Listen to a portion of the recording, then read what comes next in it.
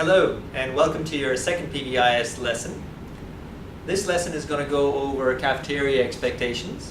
Your last PBIS lesson during Warrior Time went over walkway expectations. And just like the last lesson, this one will have a survey at the end. It will be short, and the class that has the highest participation as well as the correct answers will get a reward. So we're going to jump right into it.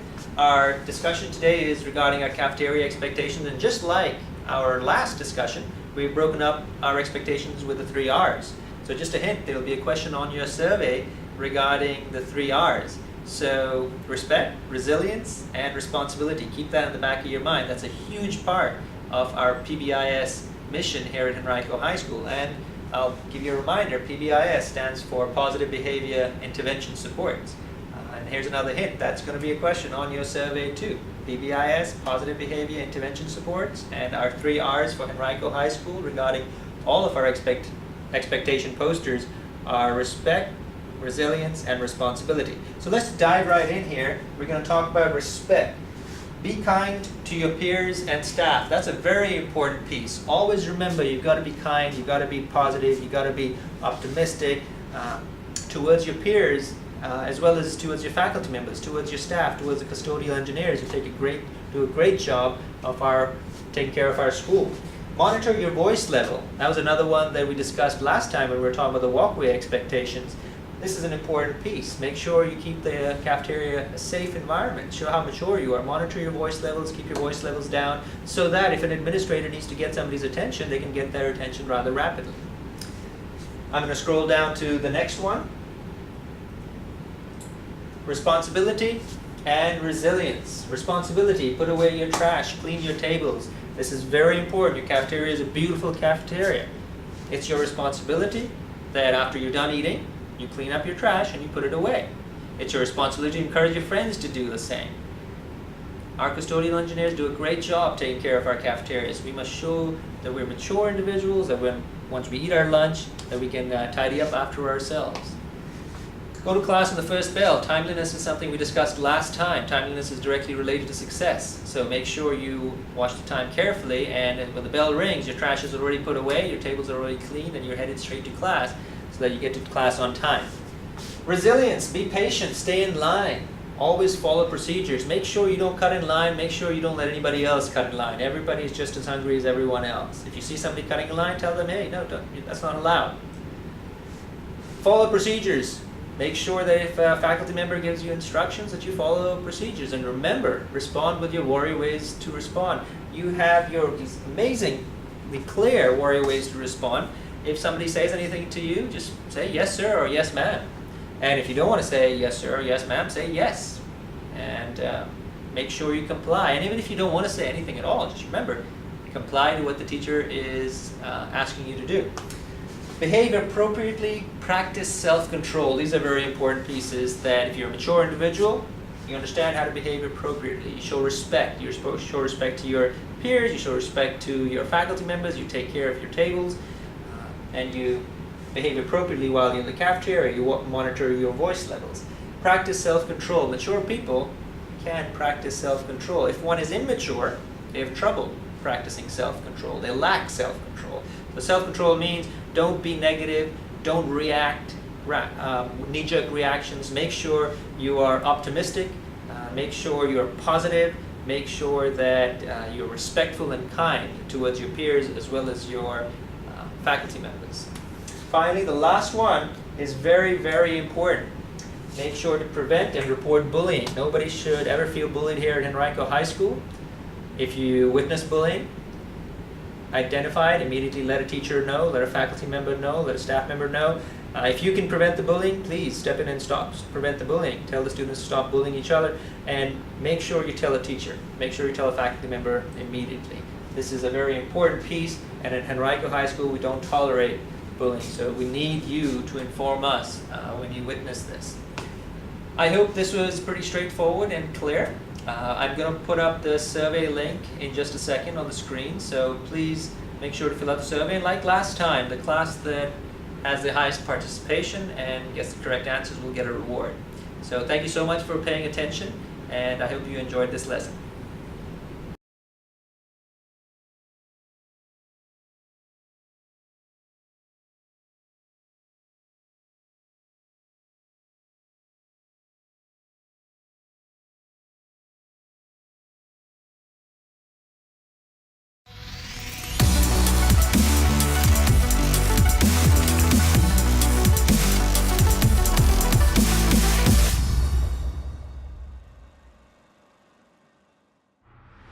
Today on The Harbor, we have a very special guest in Jordan Sparks. Not only is Jordan a Grammy-nominated, multi-platinum singer-songwriter and winner of American Idol, she is also passionate about making a difference.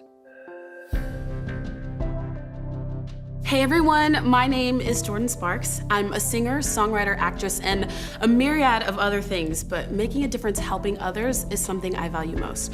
Before we get to that, singing is something I've been doing since before I could talk. I remember watching the first season of American Idol when I was around 12 years old, and when Kelly Clarkson won, I told my mom, I want to do that. That's what I want to do. And she said, okay, we'll do whatever it takes. It took a lot of hard work. In fact, I was told no the first time I auditioned for the show. I didn't really see it as the end of the world for me. I actually went back home and auditioned for the local Idol competition. And the prize for that was being sent to the next official audition city. I won, got sent to Seattle, and the rest is history. Last year I released my third album called Right Here, Right Now, and I've been auditioning for multiple TV and film projects, and I'm super busy, but I love it. I'm really blessed to be able to do what I love and touch people along the way. It's the best part of my job, for sure.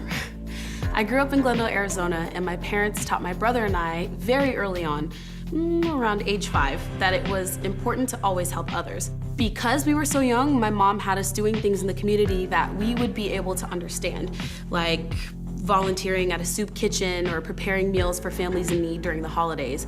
Or every time we got new toys, we had to give away the same amount of our old toys to keep our new ones, and the same applied with our clothing.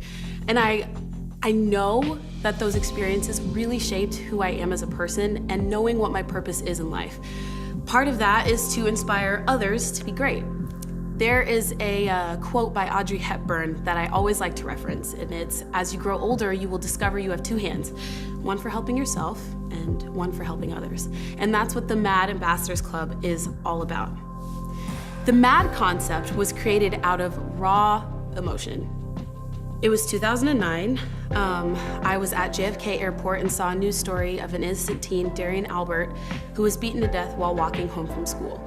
He wasn't even in the fight. It was between other students from rival neighborhoods, and they just jumped him. He was an honor student just trying to go home, and no one did anything to help. People just stood there filming it with their cell phones, but did nothing to help him, and no one deserves that. I got so upset, I just lost it in the airport. I called my mom crying, and I said, I'm so mad, Mom, we have to do something. I can't believe this happened. Nobody helped him, nobody did anything, and a few hours later, my mom came up with the campaign, I'm Mad, Are You? Which stands for, I'm making a difference, are you? You see something that stirs something up in your spirit and it pushes you out to do something about it, to change it, to be the difference that you want to see. And since that time, we've done some great work all over the world and within our own communities. There's this school in Haiti that we provide with medicine, a nurse, and clean drinking water. I've gone to the Middle East with the USO to support our troops. And every year during Super Bowl week, I visit children's hospices and hospitals to bring some of the Super Bowl spirit to them. And I've also been an advocate against bullying and child abuse by speaking to members of Congress, and there's still so much more to do. But I've never been so happy to be mad. I just want to tell each and every one of you that you are all valuable and uniquely made. You all have been given gifts and talents that no one else has. And it doesn't matter how big or small the act of kindness is that you do, just be in action somewhere. Finding something you are passionate about and jump all the way in. Whether it's picking up trash in your community, cleaning a local park, doing a canned food drive, spending time with the elderly, speaking to the youth in your communities, or being a part of an after-school program. If you are already doing something, keep going. Do things that are important to you. Keep giving. Givers are leaders, and there's enough room for all of us. I hope that what I've shared motivates you to tap into the greatness that you are and that you have, because everything is possible 100% of the time. I'm Mad.